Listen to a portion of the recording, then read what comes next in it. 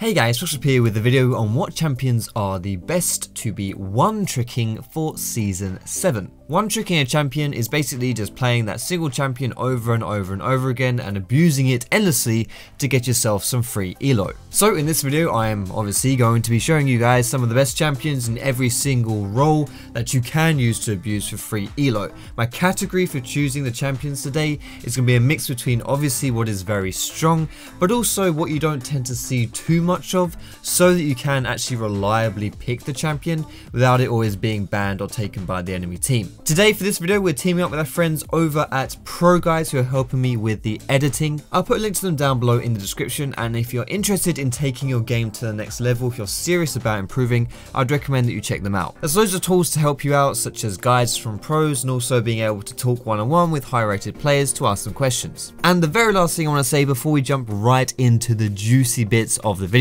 there's a giveaway going on right now. $200 worth of right points. It's celebrating the release of my second channel, my full gameplay channel. All you've got to do to enter is subscribe to that channel, but just follow the link down below in the description and it will sort you out. So the first role we'll be covering in this video will be the top lane, and my first best one trick top laner is going to be Irelia. Irelia is someone who really ever since her inception has always been a very solid solo queue choice. She's someone who doesn't really have any glaring weaknesses at any point in the game, and is also someone that if you get ahead can snowball very well. Being able to snowball is a really useful trait to have in solo queue because it means that if you can get advantages in your lane, if you can play well yourself against your lane opponent, you can translate that advantage and use it to carry the game. She's someone who's best described as the worst nightmare of any squishy. She dives on them and kills them very fast, and considering she can do that with pretty much just a Triforce, she's also very tanky on top of that. She's not the type of champion who can carry team fights by herself, but she certainly is someone who can jump onto the back line and demand a lot of attention from the enemy team, or she'll just completely destroy the enemy carries. On top of that, if you unlock the Frostblade Irelia skin, you will be in sole possession of one of the most glorious booties in all of gaming. The second top laner I want to mention in this video is someone who's a very aggressive choice in that top lane. It is the baking extraordinaire, Pantheon. Now you guys may not even consider Pantheon to be much of a top laner. You don't really see him too much in solo queue, at least on EU and NA. Pantheon isn't picked all that much. However, if you were to hop over to the Korean servers, which would be a little bit hard unless you had some kind of like fake Korean social security number, which I don't really recommend that you try and get your hands on. Luckily for you, you don't have to do that though. You can just look at the stats on the website online and just stay in your own home and not go to prison. But either way, if you look at those stats, you'll see that Pantheon is actually very popular in the top lane. And not only is he very popular in the top lane in Korea, he's also very successful too. What Pantheon brings to the table is a whole bunch of aggression that is very hard to play against. He can endlessly poke you in lane with his Q, and his all-in potential is really simple, just by jumping on top of you with his W, but still very effective. Perhaps the best thing about Pantheon though isn't just his lane phase, but also the way he transitions after his lane phase, specifically once he gets his ultimate. The Grand Skyfall is a very good tool for snowballing other lanes for pretty obvious reasons. You can just put it down in a lane, jump on that lane, and it's quite easy kills unless the enemy has a lot of gap closers or their flash up. And to be honest, even if the enemy does use their flash, it's still worth it just for your ulti. I would recommend that you put heavy focus on bot lane with your ultimate for a few reasons. Firstly, there's more kills for you to be had. That's really good. You can kill the enemy AD carry, you can kill the enemy support, more gold, more lovely business. On top of that, bot lane is also a longer lane, especially compared to mid obviously, which means it's harder for the enemy team to just run away from you once they see you jumping in. And lastly, if you do get kills in that bot lane, you can then transition that into dragons, which are always useful for helping you snowball in solo queue. But anyway, moving away from the top lane now, going into the jungle, and the first champion I want to mention here is going to be Kazakhs. Now I was a little bit questioning myself as to whether or not I wanted to put Kazakhs on this list. He's certainly good enough to be on the list, but I think right now he kind of gets picked quite a lot, so maybe you might not be able to get your hands on Kazakhs too much right now. Having said that, I have been through quite a few champion selects where he's been neither picked nor banned, and considering how good he is, I feel like he pretty much qualifies for this list. Kazakhs is a champion who got a mini rework in the pre-season 7 Assassin update. He didn't get massive changes like people like Talon and LeBlanc and Katarina had, but he did get some little tuning, which in my opinion make him a lot stronger stronger for solo queue. Now there are a few reasons as to why I think Kazakhs is a lot stronger in the pre-season 7 jungle compared to what he was doing in season 6. The first reason is I think he has a lot better synergy with certain items. Duskblade of Drakthar I think is a very good item on him. The synergy with his ultimate is really solid. But in my opinion, the biggest thing that makes Kazakhs so much stronger in season 7 is the way his evolved Q works now. Whenever you strike an isolated target with your evolved Q now, you will halve the cooldown of that Q. It doesn't do the same amount of damage that it used to, so it's not quite as much burst, but overall I feel like the DPS is higher. And why I think this is so good is because the way it works with objectives. Dragon and Baron specifically, and even the buff camps now, they're all isolated, so it means that Kazakhs can take them away really fast. He doesn't need the burst damage for taking away objectives because they're not really going anywhere. It's all about DPS when it comes to those. So Kazakhs can take these away really fast, and I think that just opens up the next layer of his solo queue skills. But anyway, the second jungler I want to mention for this list is going to be Hecarim. Now I think Hecarim's kind of been a bit underrated since season 6, honestly. He's really solid.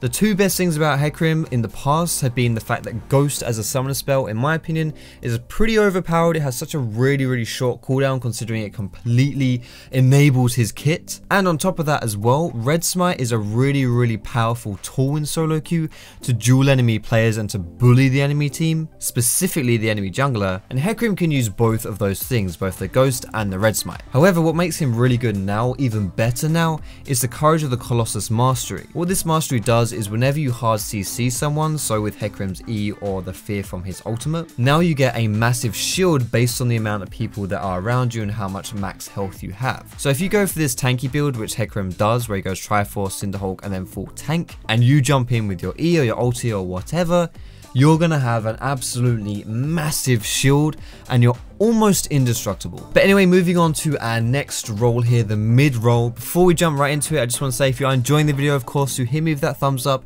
Do subscribe if you're not already, but I appreciate you guys watching so far. Without any further ado, of course, the mid lane is here. The first one I want to mention is going to be Ryze. No, it's not the side dish you have with your sweet and sour when you order a Chinese that comes egg fried. This is a different kind of Ryze. Ryze is a champion who constantly gets reworked by Riot, but never really changes at all. And I think the current iteration of Ryze, he's pretty much the same as he's always been. He's got way too much damage, low cooldowns, and a huge snare. On top of that now though, he also has a massive shield, and he can teleport as well. I think it's really hard to find a weakness in Ryze's game right now. Maybe his early game laning isn't so good, especially if he comes up against certain laners like Cassiopeia or Syndra. But honestly, outside of that, if he can just scale and kind of get his big mana items going, he's really solid. The second mid lane I want to mention for one-tricking is going to be Oriana. Oriana is a champion who has been described as the Lee Sin of the mid lane. What people mean by that is essentially that Oriana is someone who is always in meta despite what the current meta may be favoring. Oriana is someone who brings so much to the table that it doesn't matter what else is strong, it doesn't matter what else is popular, Oriana will always find a way to fit in. And it kind of makes sense, right? Oriana is a very safe champion, she can farm really well, she's got a utility in her kit, she's got burst damage in her kit, she can team fight, she can lane phase really well. She's pretty much just an all-round champion. And another reason why I want to put her on this list is because we might be having more of an assassin meta come through with all these assassin changes in the pre-season 7.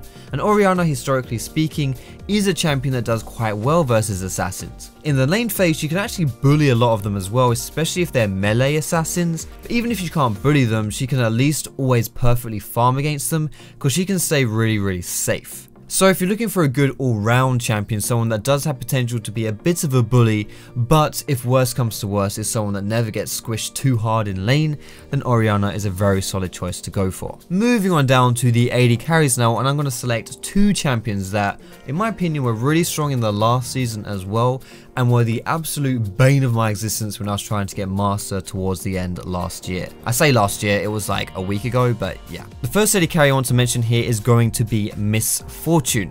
Now there are two big things that stand out about Miss Fortune as to why I've put her on this list, and no, they're not on her chest. The first thing is a double up on her Q. If you can last hit a minion with your Q and then bounce it back onto an enemy champion, that harasses easily a third of someone's health during the lane phase.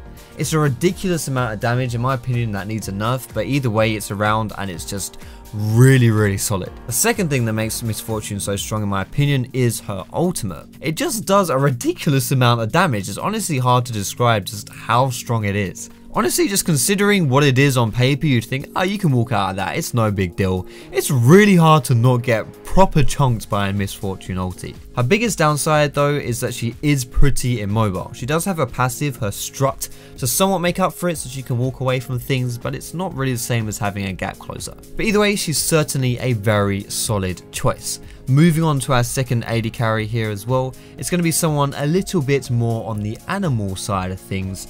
We're going to go for Twitch. I think Twitch is just the quintessential solo queue stomper AD carry. Like, Twitch is a champion who relies on the element of surprise to really destroy enemy teams, and in solo queue you can do that easy peasy lemon squeezy. Also, because of the changes in this season, season 7, pink wards aren't a thing anymore. They don't see stealth. This means that it's actually really hard for you to see when Twitch is getting the jump on you. You'll only be able to see him when he's already on top of you, and that's pretty much too late. So not only is he very good at picking enemy teams apart because of his stealth catching people off guard, but his ultimate, his spray and pray, is actually a really strong ulti. I think it's actually quite similar to Miss Fortune ult as far as the way it like functions and what it does, what it brings to the table. But if you can sneak in behind the enemy team, catch them when they're not really paying attention, load off your spray and pray and just blast through the enemy team, they're gonna melt pretty bloody fast. Moving on to the last role to talk about in this video, the support role. We're going to have someone that I actually one-tricked in the top lane last season, but I think is a really good support this season as well.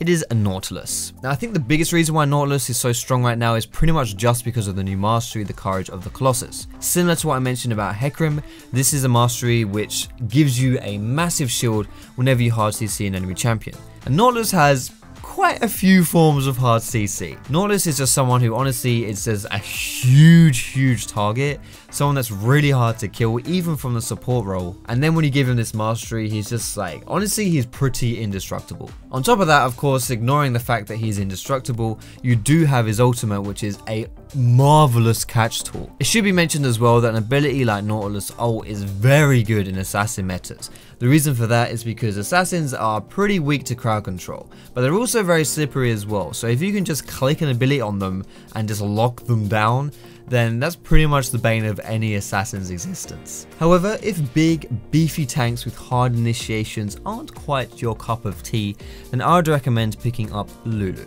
The biggest reason why I think Lulu is so good in the current meta is because with the amount of assassins that are flying about, sometimes quite literally, having a Lulu on your team is really good as an assassin cock blocker. Assassins have a really hard time playing against Lulus for two big reasons.